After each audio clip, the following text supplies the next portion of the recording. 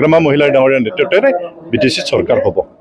আজি আমাৰ ননাইচাৰফাং ব্লক কমিটিৰ বিপিএফ দলৰ সপ্তম ট্ৰাইনিয়েল কনফাৰেন্স ইতিমধ্যে চলি আছে।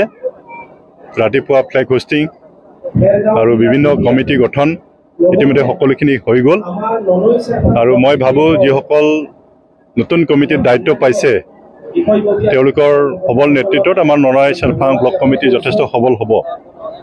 বিশেষকৈ আমি অলপ চিন্তিত হৈছিলোঁ যে আমাৰ ননাইচাৰফাং ব্লক কমিটিৰ সভাপতি ৰঞ্জিত ডেকা ডাঙৰীয়া আৰু প্ৰাক্তন MCLA সুৰেশ তাঁতী ডাঙৰীয়াৰ নেতৃত্বত কেইজনমান ব্যক্তি আমাৰ বিজেপি দলত যোগদান কৰিছে, কিন্তু তেওঁলোকে যোগদান কৰাৰ পিছত আমি অলপ ওলোটা চিনটো ইয়াত দেখা পালোঁ। যিদিনাখন তেওঁলোকে যোগদান কৰিছে সেইদিনাখনেই আমাৰ দলীয় কৰ্মীসকল দলে বলে আহি এই অফিচত আহিছে, ফটকা ফুটাইছে, ভাল পাইছে মানে তেওঁলোকে বিজেপি দলত যোগদান কৰাটো। কাৰণ তেওঁলোকৰ কাৰণে বহুত ব্যক্তি আমাৰ BPF দলত যোগদান কৰিব পৰা নাছিল।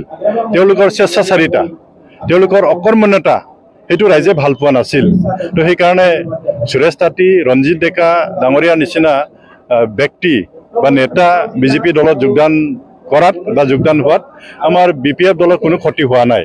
বৰঞ্চ আজি আমি দেখিছোঁ ইমান মানুহ আহিছে, এই অৱতৰীয়া সময়তো ইয়াত এটা সভা পাতিছে, ইমান ৰাইজ ওলাই আহিছে, নতুন ব্যক্তি আহি যোগদান কৰিছে।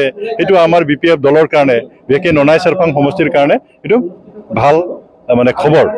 তো মই আশা ৰাখিছোঁ আহি থকা দিনবোৰত যিকোনো প্ৰত্যাহ্বান বা নিৰ্বাচন আহিলে আমি সবল মুখামুখি হ'ব পাৰিম আৰু নিশ্চিতভাৱে অহা 25ৰ নিৰ্বাচনত আমি ননাইচাৰফাং সমষ্টিত আমাৰ দলৰ যিজনে প্ৰাৰ্থী হ'ব তাক আমি নিৰ্বাচিত কৰি লৈ যাবৰ কাৰণে আমি সক্ষম হ'ম।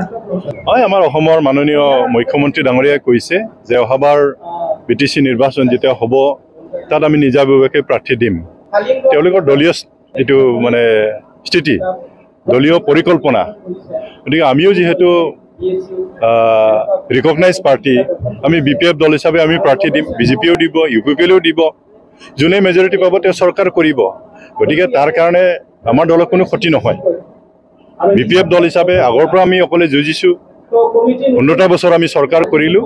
গতিকে আহি থকা দিনবোৰতো আমি কনফিডেণ্টলি আমি ক'ব পাৰোঁ যিহেতু যি বৰ্তমান চৰকাৰ চলি আছে, UPPL আৰু BJPৰ নেতৃত্বত যি চৰকাৰ চলি আছে, তেওঁলোকে BTC অঞ্চলত একো কাম কৰিব পৰা নাই। সেইকাৰণে ৰাইজ যথেষ্ট ক্ষোভিত হৈছে। কোনো উন্নয়নমূলক কাম নাই। হাগ্ৰামা মহিলাৰ ডাঙৰীয়াৰ নেতৃত্বত যি কাম হৈছিল, ৰাস্তা ঘাট দলং বা যিকোনো উন্নয়নমূলক যি কাম হৈছিল, তাৰ পিছত আমাৰ প্ৰমোদ বড়ো ডাঙৰীয়াৰ নেতৃত্বত যি চৰকাৰ হৈছে যোৱা 4টা বছৰত তেওঁলোকে একো কাম কৰিব পৰা নাই।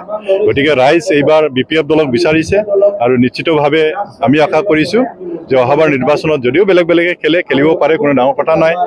ৰাজনীতি দল হয়, নিৰ্বাচন হ'ব গণতন্ত্ৰত। গতিকে আমি আশা কৰিছোঁ আমি BPF দল হিচাপে আমি মেজৰিটি আমি পাম আৰু আমাৰ হাগ্ৰামা মহিলাৰ ডাঙৰীয়াৰ নেতৃত্বৰে BTC চৰকাৰ হ'ব।